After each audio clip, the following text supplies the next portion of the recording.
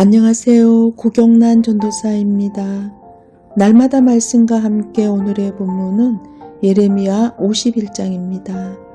예레미야 51장은 바벨론의 멸망에 대한 선포이며 이스라엘의 회복에 대한 내용입니다. 하나님께서는 자신을 대적하는 바벨론의 멸망에 대해 자세하게 말씀하십니다. 그들은 죄악이 가득한 유다 백성의 심판을 위해 사용되었지만 그들 역시 죄로부터 벗어나지 못해 하나님의 심판 대상이 됩니다.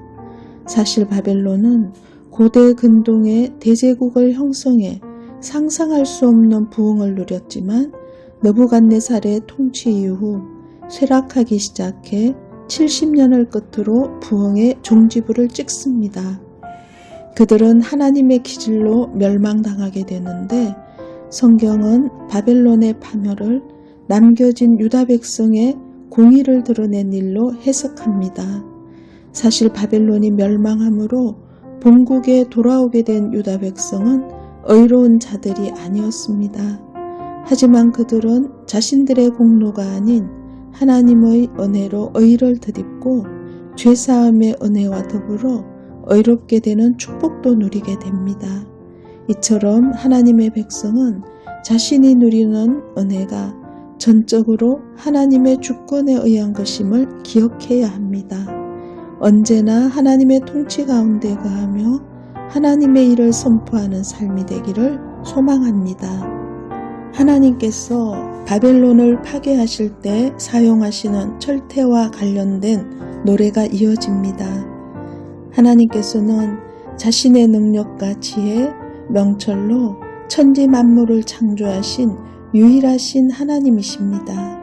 그러나 바벨론은 어리석게도 자신들이 만든 신상에서 벗어나지 못해 수치를 당하게 됩니다.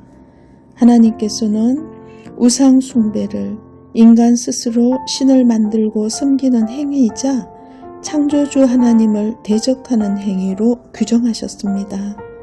그 때문에 바벨론의 죄악에 대해 철퇴를 사용하셔서 그들을 멸하고 분쇄하겠다고 말씀하십니다.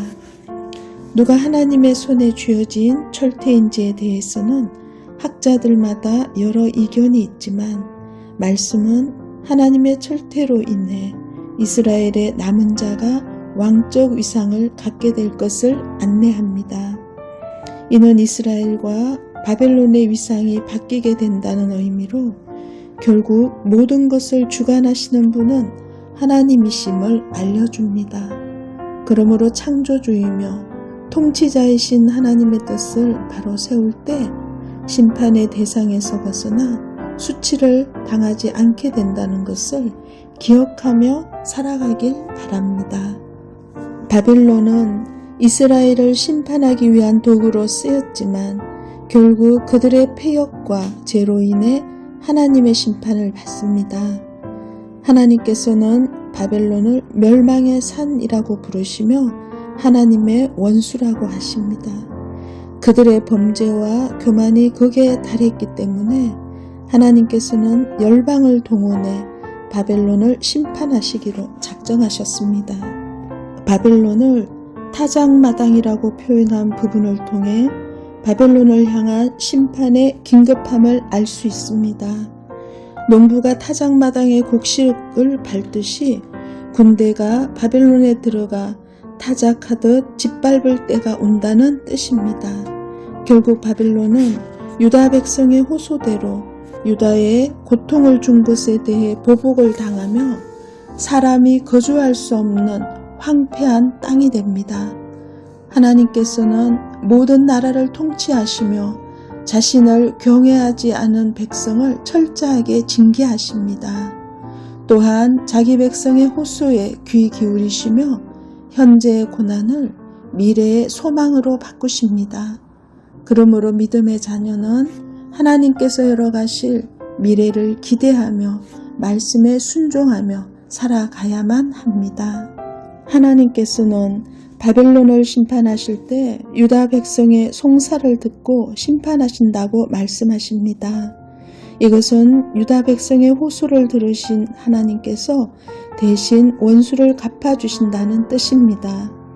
유다 백성의 죄로 인해 하나님께서 바벨론을 사용해 유다 백성을 징계하셨지만 이 역시 택한 백성에 대한 사랑에서 비롯된 것입니다.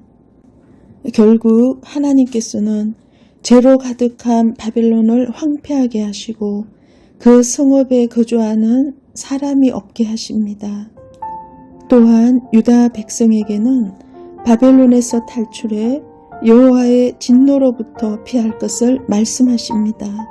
이처럼 하나님께서는 자신의 백성을 징계를 통한 훈련으로 회복하시는 분이십니다. 사실 세상을 살다 보면 바벨론과 같은 세상에 승리하는 것처럼 보일 때가 많습니다. 온갖 폭력과 싸움으로 인해 세상에 희망이 없는 것처럼 보이지만 이 모든 것을 정리하시는 분은 하나님이십니다. 그러므로 모든 것의 주관자 되시는 하나님의 역사하심을 신뢰하며 날마다 깨어 기도하고 믿음으로 반응하는 주님의 자녀들이 되길 바랍니다. 바벨론으로부터 부르짖는 소리가 들리고 파멸의 소리가 들린다는 것은 하나님의 심판으로 바벨론이 멸망한다는 뜻입니다. 하나님께서는 보복과 보응의 하나님으로 바벨론의 우상 숭배를 내버려 두지 않으셨습니다. 바벨론의 고관들을 비롯한 지도자들 역시 하나님의 심판을 피할 수 없었습니다. 결국 하나님의 심판으로 바벨론의 성벽은 회파될 것이며 그들의 기세도 꺾이게 될 것입니다. 그런데 예레미야는 바벨론에 관한 모든 말씀을 한 책에 기록한 후 스라야에게 이것을 읽으라고 권합니다. 스라야가 이 기록을 읽는 순간 아무리 단단한 성벽과 높은 문이 있어도 하나님의 심판 앞에서 무용지물임을 깨닫게 될 것입니다. 스라야는 여호와의 신탁이 쓰여 있는 두루마리를 다 읽은 후에 돌에 매달아 유브라데 강에 던집니다. 이것은 바벨론도 강바닥에 던져질 운명에 처할 것을 의미합니다. 그러므로 하나님의 백성은 반드시 말씀이 성취된다는 확신을 갖고 모든 것을 갚아주실 하나님을 믿는 믿음으로 담대하게 살아가는 성도님들이 되시기를 소망합니다. 기도하겠습니다. 하나님 아버지, 세상은 반드시 패망할 수밖에 없음을 믿고 하나님께서 열어주실 우리들의 미래를 기대하며 말씀에 순종하며 살아가게 하옵소서.